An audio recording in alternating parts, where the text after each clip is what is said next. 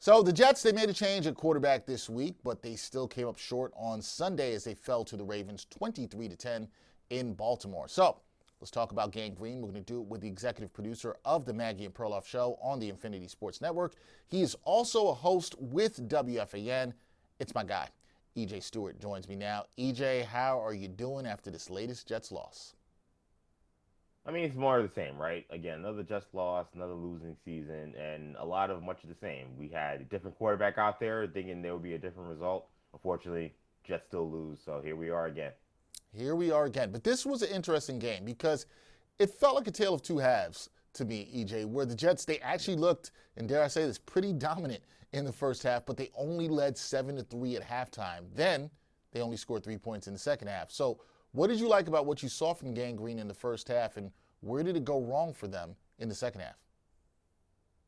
Let's talk about John Mechie, a guy who they actually ended up picking up in those trades that they did at the trade deadline. A lot was talked about what they gave up in terms of star players and Williams and Sauce Gardner and what they were getting back in draft picks. But John Mechie has been a guy that's come over and played quite well. He scored the touchdown in that first half, and I think he was a bright spot in that first half. The Jets, as you mentioned, did really control the game. And then you had Tyrod Taylor, who was doing essentially what we have been asking Justin Fields to do. We're not asking him to be prime Patrick Mahomes or prime Dan Marino. Just simply deliver the football to the guys that are wide open and just make the right reads. Justin Fields just would not get rid of the football. We saw Tyrod Taylor, even though he almost threw a pick on like his first or second pass, he did get rid of the ball a lot quicker, did hit the check downs when they were there, and the Jets were able to move the football. I think the problem with the second half was you knew the Ravens offense was going to kick in more into high gear, and the Jets defense that I thought played really hard started making some of those boneheaded penalties that we've seen from the Jets earlier this season. They started to bite them in the behind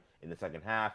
Tyrod Taylor started taking some sacks, and that's how you saw the league kind of get out of hand. I thought Aaron Glenn's decision to go for it on fourth down, um, a little aggressive, even though I know they're a team that's essentially out of the playoff race, really nothing to play for. But in a game that I think you got to coach the game that you're in, there was no reason just to be that aggressive. That gave the Ravens a short field and it allowed them to score, I believe, a field goal at that point. And once the Jets went down two scores, there was no chance they were coming back. Yeah, it's really tough with the way the offense has been for them to come back.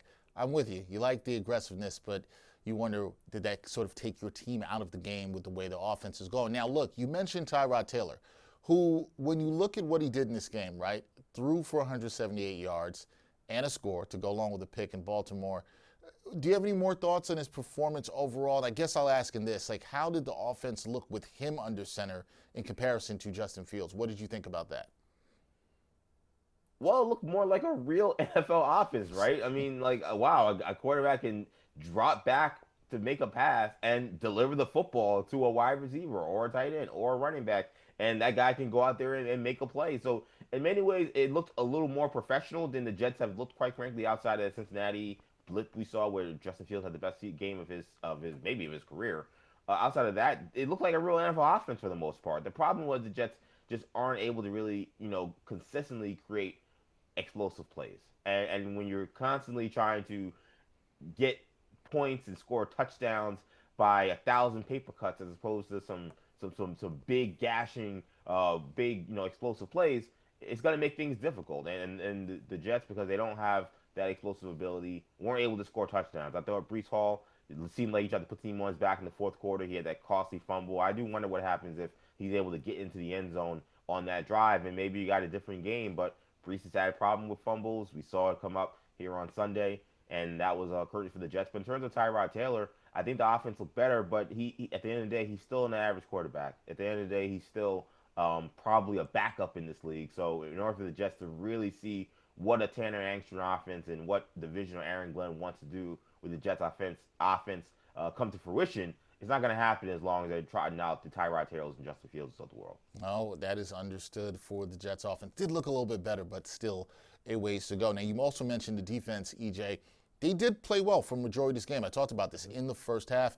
And I think when you look at this overall with this team, they competed. The Jets, they're now 2-9, but what do you make of the effort from this team as they continue, the effort the team continues to try to make, I should say, under first-year head coach Aaron Glenn this late in the season? What do you make of their effort that you've seen from them over the last couple of weeks?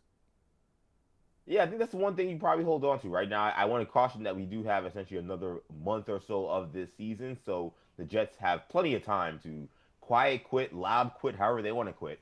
But up until this point, they have not quit, which I think is, if you're looking for some bright spots in this first year with Aaron Glenn, is as bad as this first season went with all those early season losses, the team hasn't given up. The team is still fighting. The team is still playing hard, which suggests that the team does buy into whatever Aaron Glenn is selling. Now, I'm very curious to see what a 2-13 or 3-11 Jets team looks like in a couple of weeks when the season's really down the road. But going into Baltimore desperately needs that game, and I thought they fought hard. I think they did get a little help from the fact that Lamar Jackson clearly looks a little hobbled. He didn't seem himself. He couldn't explode or run the way we're accustomed to. So I think that helped the Jets defense.